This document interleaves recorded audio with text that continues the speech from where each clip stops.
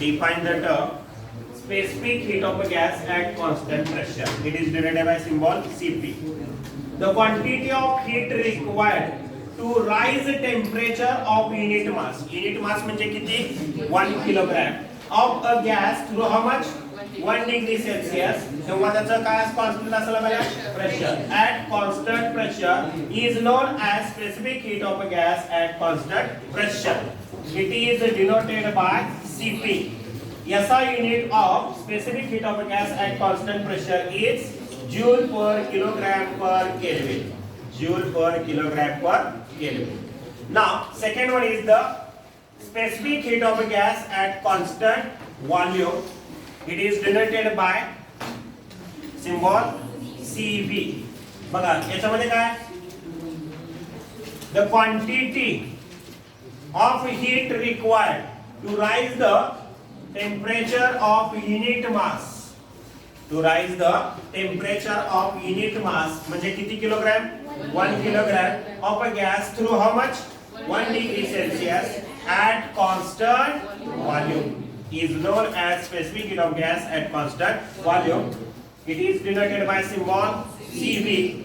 SI unit is joule per kilogram per Kelvin. Joule per kilogram per Kelvin. आता यालाच लागून एक प्रश्न विचारतील तुम्हाला असाच. बघा कसं? Define molar specific heat. Molar specific heat of a gas at constant pressure and molar specific heat of a gas at constant volume. आता यामध्ये काय फक्त चेंज होईल? Unit mole of a gas. आता 1 किलोग्राम ऑफ गॅस होतं, इथं फक्त काय यूज करायचं? For 1 mole of a gas काय वापरायचं? तर किती मोल साठी? For 1 mole of a gas. For 1 mole of a gas.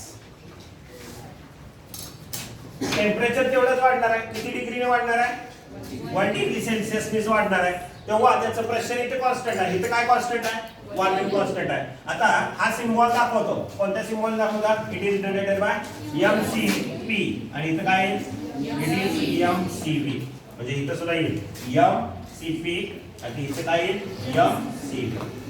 आणि याचं SI युनिट आहे काय? Joule per kilomole per kelvin. काय? Joule per kilomole per Kelvin. Now this is about molar specific heat of a gas at constant pressure and molar specific heat of a gas at constant volume.